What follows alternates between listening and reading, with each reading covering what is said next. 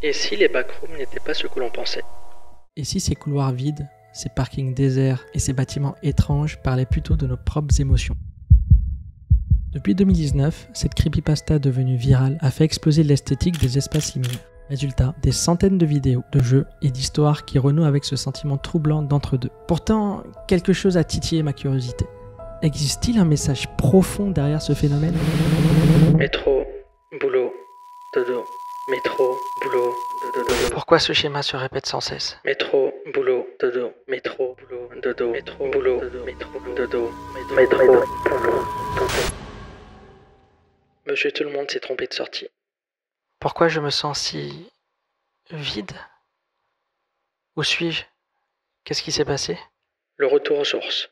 Mettons déjà un peu de contexte. L'espace liminaire, c'est d'abord un lieu de transition, de passage. Couloir d'hôtel, cage d'escalier, hall d'aéroport. Lorsque ce lieu est désert, notre cerveau bug. Et c'est tout à fait normal. On s'attend à y croiser du monde, mais il n'y a personne. Cette attente frustrée déclenche le même malaise que le fameux phénomène de la vallée de l'étrange. Si je devais le résumer très grossièrement, ce qu'on voit est presque normal, et c'est ce presque, justement, qui fait peur. Mais on abordera ce point plus tard. Les backrooms n'ont d'ailleurs pas inventé le concept d'espace liminaire, ils l'ont juste rendu célèbre. Il y a eu d'ailleurs énormément d'œuvres qui ont utilisé cette esthétique pour nous mettre mal à l'aise. On la retrouve par exemple dans le film culte The Shining, avec ses couloirs d'hôtel interminables et les motifs géométriques qui créent une énorme tension. Dans la série Severance, avec ses bureaux aseptisés et ses corridors d'entreprise sans fin, jouant sur l'angoisse d'un environnement trop propre et hors du monde réel, mais aussi dans The Stanley Parable ou encore Superliminal, des jeux vidéo qui plongent le joueur dans des espaces étranges, brisant les repères habituels, créant ce malaise. Je ne vais pas revenir en détail sur l'origine même des backrooms, d'autres l'ont déjà très bien fait sur internet. On va uniquement se pencher sur un point qui m'interpelle vraiment. On a dit qu'un espace liminaire était un lieu transitoire, mais vers quoi exactement? Vers où allons-nous une fois le couloir traversé? Et que se passe-t-il si on n'arrive nulle part? Si la transition dure indéfiniment? Et si en fin de compte, l'espace liminaire était un lieu qui nous pousse à la réflexion sur nous-mêmes? Et si rien ne m'attendait? Où dois-je aller? Faut-il vraiment avancer?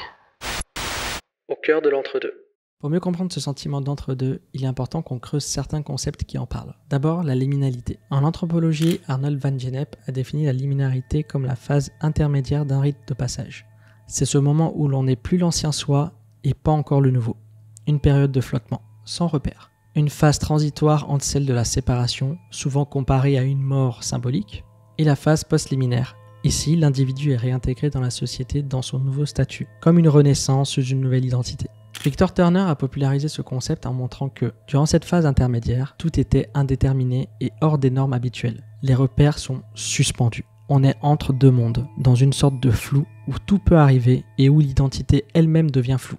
Je ne pouvais pas vous parler des espaces liminaires sans mentionner la vallée de l'étrange. Ce phénomène vient de la robotique et décrit la réaction de malaise que l'on ressent face à une entité qui ressemble presque à un être humain, sans l'être vraiment. Cas typique et je pense assez connu, vous avez forcément vu passer, Sophia. Un autre exemple, Reply Q2. Point important à avoir en tête, le phénomène de la vallée de l'étrange peut également s'appliquer au lieu. Si on prend un environnement normal mais qu'on y change quelques éléments, éclairage, proportions, vide inhabituel, ça va aussi nous faire basculer dans l'inconfort.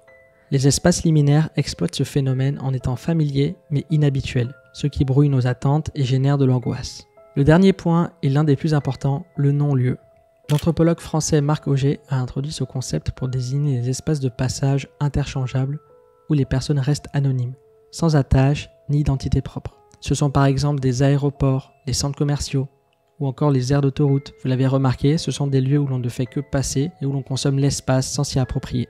Ces non-lieux sont étroitement liés à la vie quotidienne et à la routine. Ce sont des lieux qu'on traverse sans jamais s'y sentir chez soi.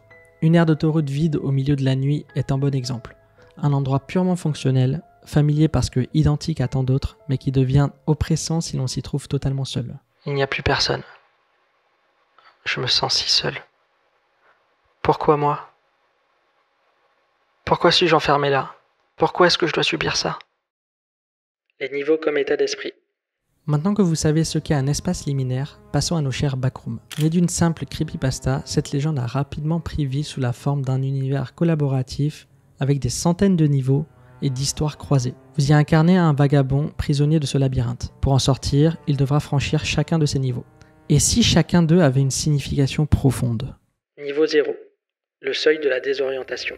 C'est le niveau le plus célèbre des backrooms. Un labyrinthe de couloirs jaunâtres, sans fenêtres, sans horloge, et seulement le bourdonnement oppressant des néons. À chaque tournant, on s'attend à retrouver le même couloir, mais rien n'est pareil. Les murs suintent d'humidité, l'air a un goût âcre. Vous perdez totalement pied, désorienté. C'est la métaphore de la perte de repères. Un changement brutal qui arrache vos habitudes et vous jette, paniqué, dans l'inconnu. Niveau 1. La fausse stabilité. Vous basculez dans un vaste parking bétonné, éclairé par des rangées de tubes fluorescents. L'air y est froid et sec. On sent la poussière et le bitume. Parfois, une lumière verte émane d'une flaque d'eau d'amande, promesse d'une pause bienvenue. Des caisses abandonnées renferment quelques vivres et outils rudimentaires. Vous retrouvez enfin un semblant de routine. Marchez, boire, partagez vos trouvailles, jusqu'à ce que les lumières vacillent et qu'un trou béant se révèle sous vos pieds. Ce niveau symbolise la tentative de reconstruire un quotidien après le choc. Un confort fragile, toujours menacé de basculer dans le piège de l'inconnu. Niveau 2. Le tunnel de la solitude. Vous pénétrez dans un réseau de conduits métalliques et de tuyaux suintants. La vapeur brûlante vous enveloppe. Un cliquetis résonne au rythme de vos pas. L'air est chargé d'une odeur de rouille et d'huile rance. Aucun signe de vie, si ce n'est vos propres échos. Ici, le temps se distord. C'est la métaphore de la dépression ou de l'angoisse chronique. Vous tournez en rond, piégé par vos pensées, épuisé par la chaleur suffocante de vos propres peurs. Niveau 188. La salle d'attente des possibles. Vous arrivez dans un hôtel silencieux. Autour d'une cour carrée, de petites fenêtres restent closes.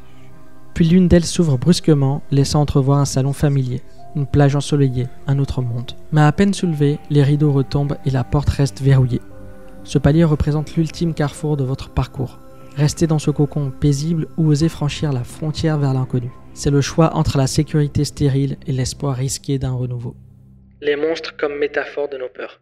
Notre vagabond, en plus des différents niveaux, doit faire face à plusieurs monstres. Et si ceux-ci représentaient nos peurs? Les Hounds, avec leurs grognements bestiaux dans l'ombre, sont le symbole d'un souvenir traumatique qui vous pourchasse jusqu'à l'épuisement.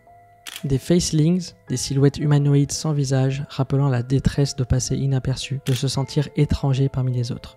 Les Smilers pour l'anxiété, sourire figé dans l'obscurité, incarnation de cette peur irrationnelle qui surgit sans qu'on sache pourquoi. Les fenêtres vivantes des fausses promesses, ombre amicale derrière la vitre, promesse de salut trompeuse, métaphore des injonctions sociales ou intérieures qui, mal préparées, vous détruisent. Les Peripherals qui représentent la paranoïa, ils ont une présence furtive à la périphérie de votre vision, incarnation d'une angoisse sans nom, toujours là, mais jamais visible en face. Les Partygores et leur positivité forcée, ce sont des fêtards sanguinaires au sourire figé, une caricature de la pression à garder le sourire à tout prix, même quand tout va mal. La salle d'attente de nos choix existentiels. Finalement, les backrooms racontent peut-être une histoire profondément existentielle et introspective. Ces couloirs sans fin, baignés d'une lumière blafarde et d'un silence oppressant, incarnent ce moment entre deux mondes où tout semble absurde. Pas étonnant que tous ces mèmes et vidéos sur le sujet traduisent un malaise générationnel. Beaucoup d'entre nous se reconnaissent dans ces décors anonymes, reflets d'un monde standardisé et déshumanisé. Se perdre dans les backrooms, c'est comme attendre dans un bureau sans porte. Assis sur une chaise en plastique sous un néon défaillant, écoutant le tic-tac d'une horloge sans aiguille, on oublie le temps. Cette salle d'attente peut durer 1 minute ou l'éternité, car c'est notre état d'esprit qui décide de la sortie. Face à ce flot d'incertitudes, 2 choix s'offrent à nous. Le premier, la stagnation. Confortable en apparence où l'on se berce de la peur connue. Dans notre vie, c'est cette tendance à s'installer dans le mal-être, ne plus chercher à guérir, s'accrocher à une routine toxique qui nous empêche souvent de franchir le pas. Le deuxième choix, l'action. Effrayante mais libératrice, qui consiste à franchir la porte vers l'inconnu et offrir à sa vie une possibilité de renaissance. Chacun de nous, à un moment de sa vie, peut se sentir comme ce vagabond dans un couloir jaune inconnu, le cœur affolé et les oreilles bourdonnantes, se demandant « Comment suis-je arrivé là ?» Ce couloir, c'est peut-être la période de flottement en 2 emplois, la convalescence après une perte, le sentiment de ne pas trouver sa place dans un monde saturé d'informations, mais avare de sens. Au cœur de cette liminalité, comme l'a montré Victor Turner, tous les possibles naissent quand les repères tombent. Perdu dans les backrooms, chaque vagabond est en réalité aux prises avec ses propres monstres intérieurs. Ceux qui trouvent la sortie entrent dans un monde transformé, porteur d'une nouvelle identité. Je l'ai enfin trouvé. C'est la sortie. Je sors enfin de cet enfer. C'est un purgatoire post-moderne, mélange de banalité et de surnaturel, reflétant l'âme errante de l'homme contemporain dans les couloirs sans fin de la surmodernité. La prochaine fois que vous vous surprendrez à fixer les néons du bureau à 3h du matin, ou à déambuler seul dans un parking déserté, prenez garde. La frontière et le basculement ne sont peut-être pas loin. Saurez-vous en reconnaître les signes? Et surtout, aurez-vous le courage le moment venu d'ouvrir la bonne porte? Dans quel couloir êtes-vous coincé? Comment vous en sortir? Dans cette salle hors du temps où la seule chose que l'on puisse faire c'est réfléchir, avancer ou se résigner, que choisirez-vous? Faites le bien car ici, peu importe votre choix, se trouve la paix.